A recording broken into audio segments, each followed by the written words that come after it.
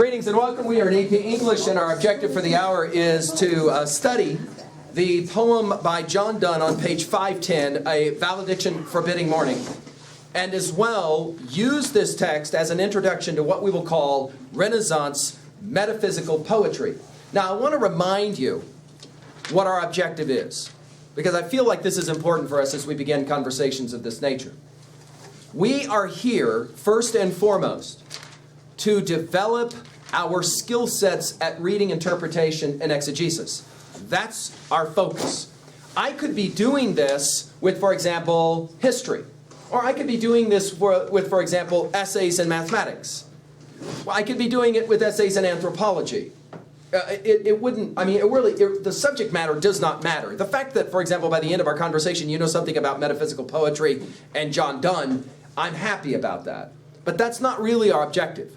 Our objective is to improve our reading ability, because as we move on to university, we will find ourselves reading in any number of disciplines: science, mathematics, history, psychology, sociology, and obviously the humanities. And we want to be able to read on our own and understand what it is that we're reading. How do you go about doing that? So as we go through the process now of exegeting what is a fairly esoteric poem by design, I'll talk about why, we want to remind you at the very outset, I'm trying to help you learn how to read. To some degree, I'll model it in front of you. I kind of emulate in front of you. Notice how I do it. So that a year from now, as you're sitting alone in your dorm, and you have to pick up, for example, some passage on photosynthesis in biology, or some passage on the American Civil War in a history class, you're capable of reading on your own and extracting the necessary information on your own. This is kind of the goal. Let's now go to John Donne. Not only was sonneteering very popular during the Renaissance, but you have the rise of a kind of poetry that later we will call metaphysical poetry. Okay, so we'll now take a look at one example by one great metaphysical poet, namely John Donne. Again, I'm kind of working with the pages 506, 507 to try to give you a little bit of a sense of what's going on when we talk about metaphysical poetry. Now, the best way I can do this is to begin, and I apologize for the sound on the static. I don't know, maybe they're working with our surveillance cameras or something, right? The best way I know how to help you with this is to point out, I once taught a student who was really hyper-paranoid, and when I said things like that, he got really freaked out. He's like, what? I'd be like, shh, here, don't, shh. I didn't say there was a camera. That wasn't me. They freaked him out totally. Do you remember when we met Plato a few weeks ago, and we talked about this thing called the theory of the forms? Do you remember this? I mean, obviously a little bit of water's passed under the bridge since then, so I'll kind of review it for you. Do you remember that Plato makes this observation, and iconically, it's possible that maybe a two-box theory helps iconically to remind you. Above this one, we had the notion of images, and above this one, you'll remember that he calls it forms. We called it ideas or concepts. You'll maybe remember as well that I talked about this during my lecture in your junior year on American Transcendental Thought, right? And then in the first box, you'll remember that we put here, for example, a beautiful body, right? You can inject the name that for you works, whatever, Brad Pitt, Angelina Jolie, whatever. And then there's this thing that we call beauty itself, right? Because we're aware that even Victoria's Secret models sooner or later get old, sag and bag, and that's the way it works. But the concept of beauty is a concept which seems to perpetuate, continue. Remember we talked about, for example, Ruthie's tree out in the courtyard versus nature itself, or / energy, right? We can talk about the human body, and then Socrates will make this argument in the Phaedo that there's this other thing called human spirit or mind, or he will call it soul. These terms for him are all kind of interchangeable, and they kind of morph. Now, here's the deal. Metaphysical poets are poets who are interested in Plato's concept of the meta, that is to say, beyond the physical. This is the physical, right? That's the physical. Metaphysical, this. All right? These poets are interested in discussing and working with the second box, if I can use that term. the second box, okay? To that degree, by definition, their poetry is going to be a little bit more esoteric. But I should point out, they will use stuff from the first box, okay? They'll make references, word pictures, and the like to the first box. But their primary interest is to discuss elements of the second box, okay? To that degree, we will sometimes think of these metaphysical poets as being esoteric. That is to say, a little bit difficult sometimes to understand. How so? Well, let me give you an example. I mean, the easiest way to do this is to actually teach you an example. So let's take a look at John Donne's poem on page 510. You can go online, by the way, and read other John Donne poems to kind of get a sense, The Flea and other kinds of these really esoteric poems. One, however, works pretty nicely for us, all right? A valediction forbidding morning. We'll read it together, then we will exegete, okay? A valediction forbidding morning. As virtuous men pass mildly away and whisper to their souls to go, while some of their sad friends do say, the breath goes now, and some say, no. So let us melt and make no noise, no tear floods nor sigh tempests move. 'Twere profanation of our joys to tell the laity our love. Moving of the earth brings harms and fears. Men reckon what it did and meant. But trepidation of the spheres, though greater far, is innocent.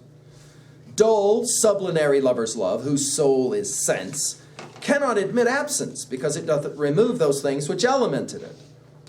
But we by a love so much refined, that ourselves know not what it is, enter assuaged of the mind, care less, eyes, lips, and hands to miss.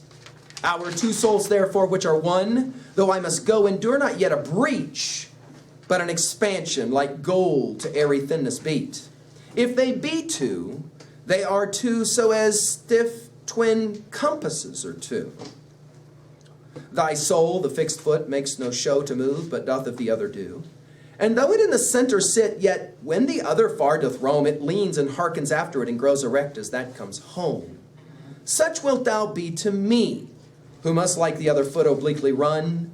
Thy firmness makes my circle just, and makes me end where I begun.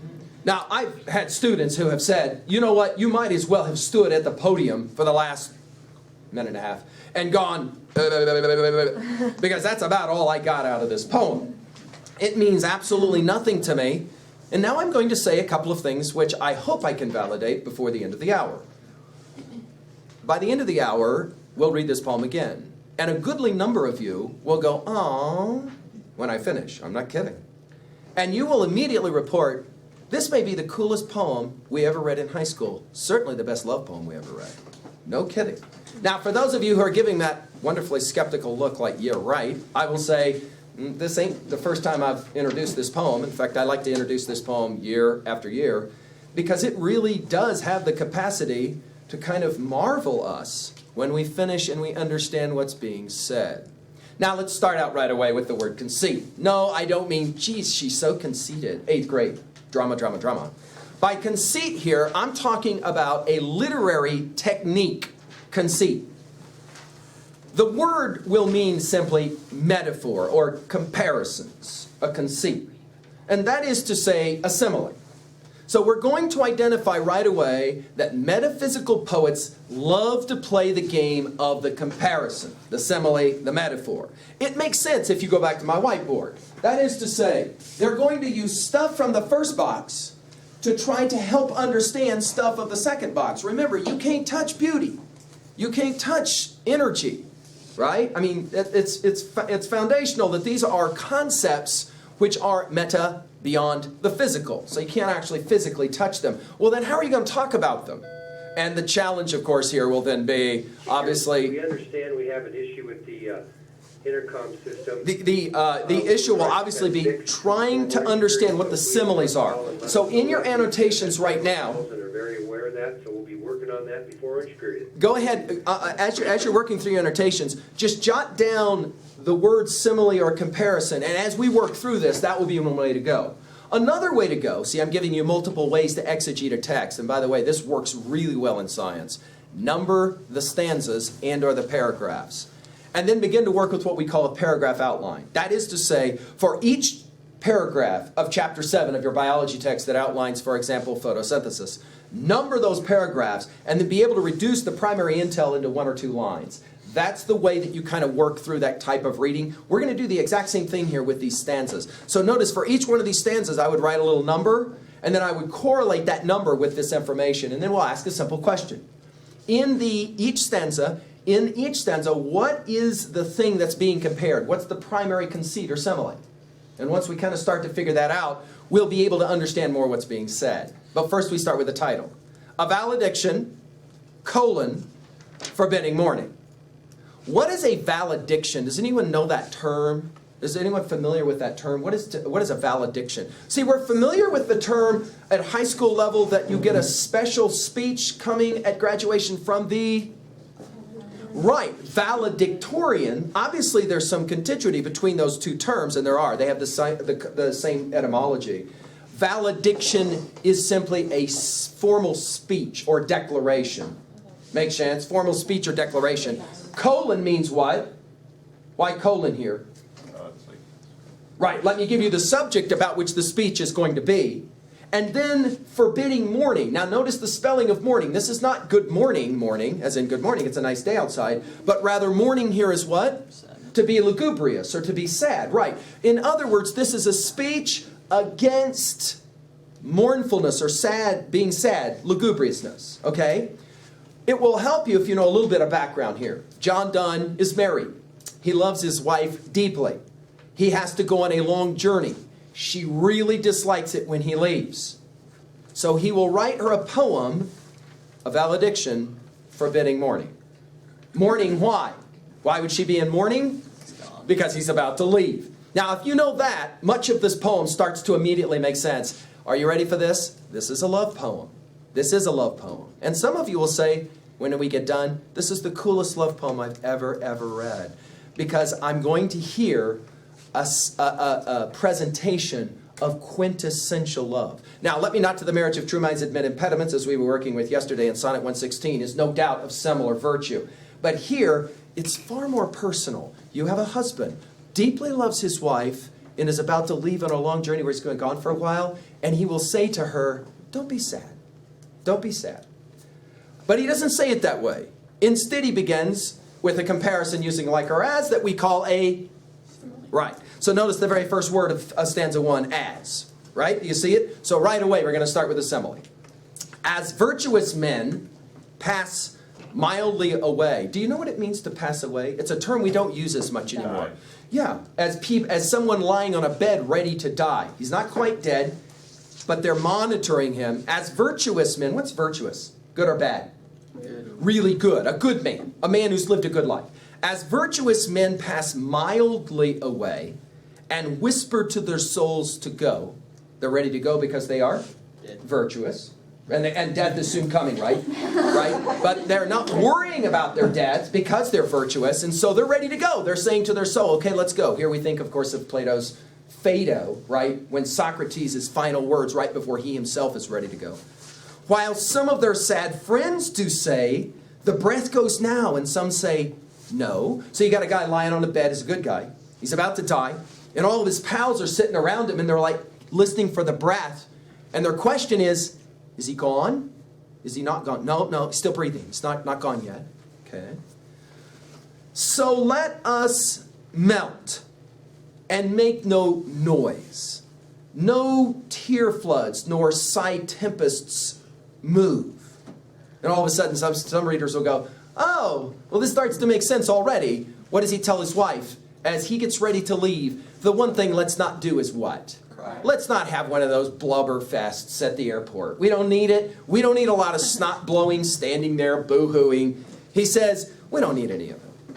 In the same way that a virtuous man is about to die and his friends are aware because he lived such a good life, there's no reason to worry about his soul. It's going to be okay. So he says, let us melt and make no noise, nor tear floods, nor sigh tempests move. Look what he says, 'twere profanation of our joys to tell the laity our love. Hey guys, it should tell you something on page 510. You have more side notes. Do you see it? You have more side notes for this poem than almost any text that you've read this year. Do you notice this? which should tell you something right away. This is a very difficult esoteric poem upon first glance. One of the reasons I love to teach a poem like this is that once you know this poem, it's so unbelievably simple. And you're like, well, this appeared really complex. So if I can get through this, I guess I can get through my math, I can get through my calculus, I can get through my biology, reading, history, whatever. Which, by the way, is absolutely true. If you can get through crap like this, you're going to get through any kind of math reading, any kind of biology reading. This is pretty difficult stuff. What does it mean when he says, if we stand there at the airport blowing snot on each other, it's profanation of our joys to tell the laity our love. Read your sidebar and then put it in your own words for your notes. What's he saying to her? It's an interesting word picture, and he's making a comparison. Again, these metaphysicians, these metaphysical poets, they love these extended kinds of comparisons. What is this thing about profanation? If you are profane, what are you doing? Cussing. We think of it as cussing, don't we? But really profanation is simply to go against, right? To go against. That's all that it means, right? Profanity is language which goes against the expected norms. That's all it is. If you scream the F word, you're going against expected norms, unless I guess you're at a Broncos game. I don't know, you know how that works. But profanation of our joys. In other words, he says, crying and blowing snot, it's almost like it's going against our love and our relationship. We are not a couple that needs to blow snot to draw attention to ourselves, to show other people how in love we are. Oh, I'm going to miss you so much. Let me blow snot all over you at the airport. He says, no. That ain't the way we are. We are not that kind of couple. And then he says something interesting, toward profanation of our joys, to tell the laity our love. What is laity? Does anyone know this term? What are we talking about? In church, in religions, in Christianity, for example, you have the clergy, who are the what? They're the priests, right? They're the ones that run the show. Well, who are the laity? They're the people who just come, the normal, the commoners, if you will, the laity, right? The clergy know things the laity doesn't know. He says, we're like clergy. There isn't any reason for us to blow snot at the airport because the only ones who can see it are the laity, the normal common person. And there's no way we're showing them that because they couldn't understand it anyway. The point here is going to be by the second stanza. He's going to say, we have a very special relationship. It's a different kind of love relationship. And we do not need to stand in airports and blow snot to somehow kind of prove that we really love each other. Third stanza. Moving of the earth brings harms and fears. People get freaked out about earthquakes, right? When the earth starts to move. Men reckon what it did and meant. Every time there's an earthquake, people start trying to, figure out what's going on. But trepidation, fear of the spheres, though greater far, is innocent. Any ideas here? What does he say? Anybody want to try and put this in your own words? We get really, really freaked out anytime the earth starts doing anything kind of weird. Moving of any kind. But it's totally natural. There you go. That's exactly what he's saying. It's totally natural. It is what is nature, right? Sometimes the earth does weird things. Sometimes it doesn't. There's no reason to get all freaked out about it. What does that have to do with leaving? It's not the big deal. It's totally natural. Totally natural. When guys and girls are together and they're in love, it's totally natural that sooner or later they got to be apart, right? You can't be together physically all the time. Right? Sometimes it's in a different room. Sometimes it's in a different town. Sometimes it's in a different country. It's the way it is. Right? Separation is natural. Look at the next one. Dull, sublunary lovers love, parenthetic, whose soul is sense, in parenthetic, cannot admit absence because it doth remove those things which elemented it. Now I've had students that say, I do not get it, but once I get it, this is going to be one of the coolest stanzas I've ever read. He makes an observation. Watch my whiteboard. Dull, sublunary lover's love, parenthetic, whose, what is he? Read it. Whose what? Soul is. Their love is the body. You got it.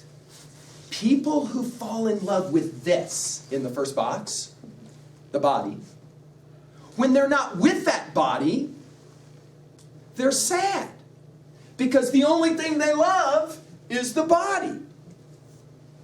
Right? So if you love the body and the body is not with you, you've got nothing to love. That's why most people panic when they leave their lover. Because they're in love with the physical body. And if they don't have that body with them, they have nothing to love. Therefore, the departure of their lover is the departure of their love. Totally freaks them out. That is to say, they are stupid. They're ignorant. They're dull. They're half-witted. They don't get it. Those poor laity, they're fools. They actually think they're in love with the body. And because the love of the body is what elements or makes up their love, once it's gone and separated, they're freaked out. The thing they love is gone now. They've got nothing to hold on to. Therefore, they've got no love. Freaks them out.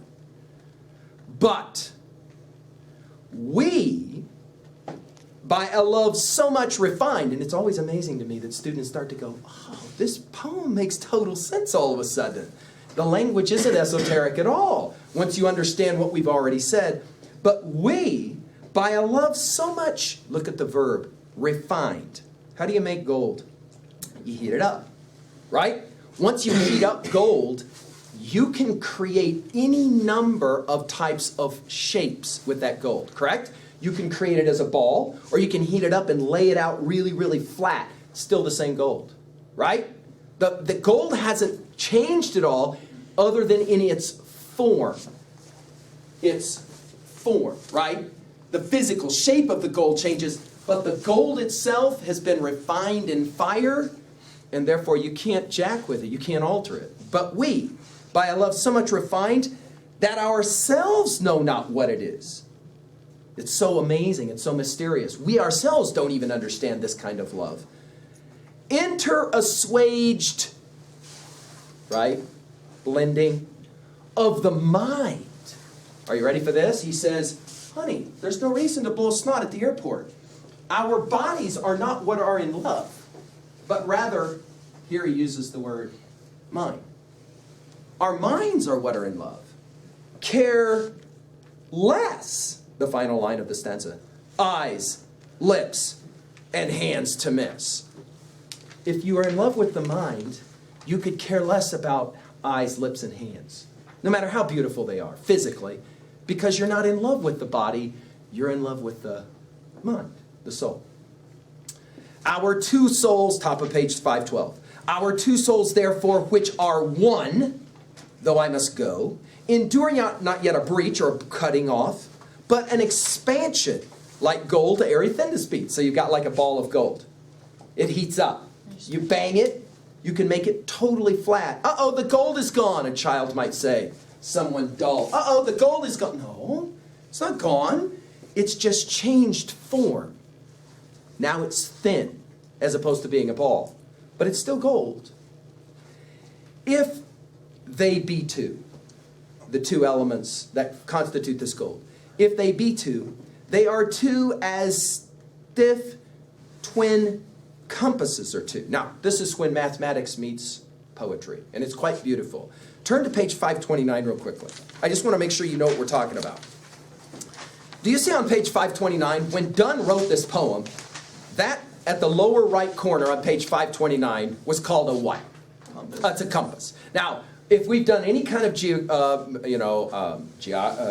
geometry of some kind or another, we've obviously played a game with this instrument, right? What is it for? You draw circles with it. How does it work? Think about how a compass works. The only way a compass can work, correct? Allow me to use my little... the only way a compass works is for there to be two legs of the compass. When you pick the instrument up, they are together, constituting one.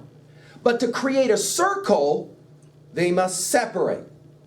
One of the two legs of the compass must stay in place, correct? It can't move. Why can't it move?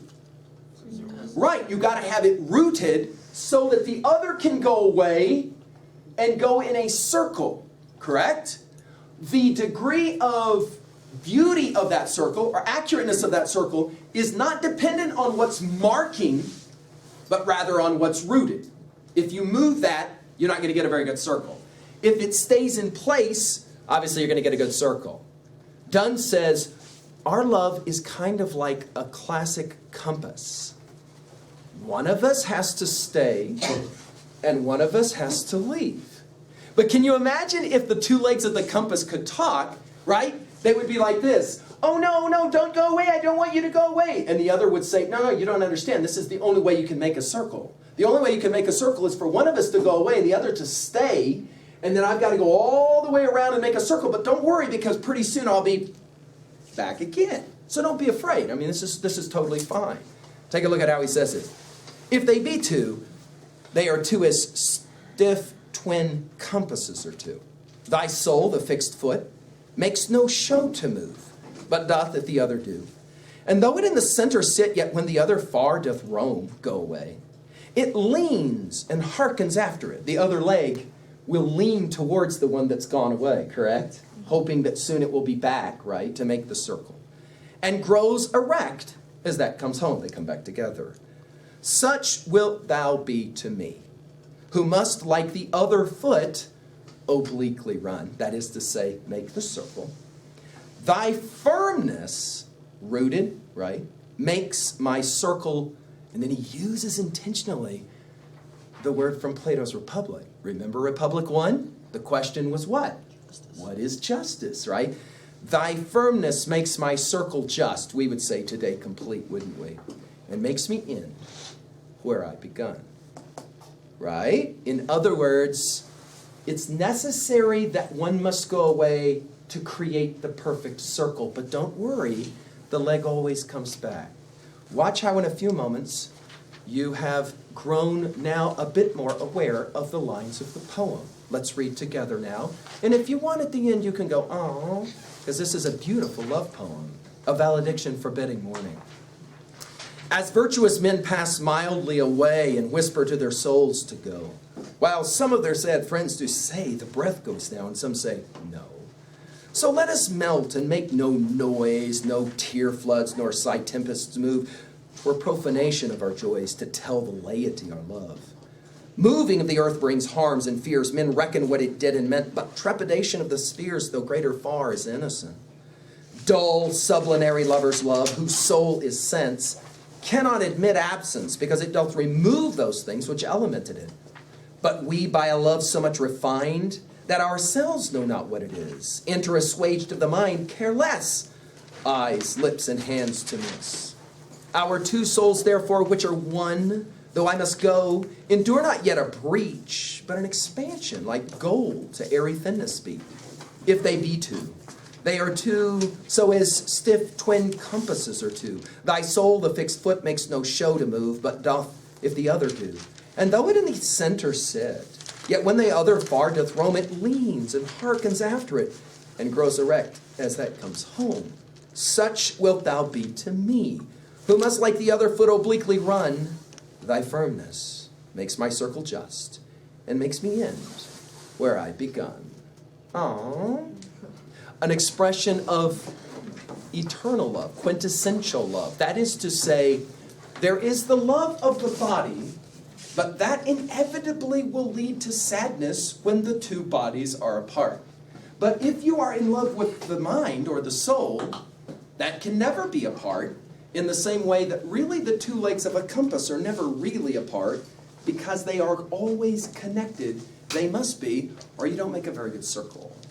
When mathematics meets poetics, a valediction forbidding mourning, and John Donne, the metaphysical poet. I hope that you now have a little bit better understanding of the metaphysical poets. You'll go on to take a look at John Donne's Holy Sonnet 10, as well as his famous Meditations 17, No Man is an Island.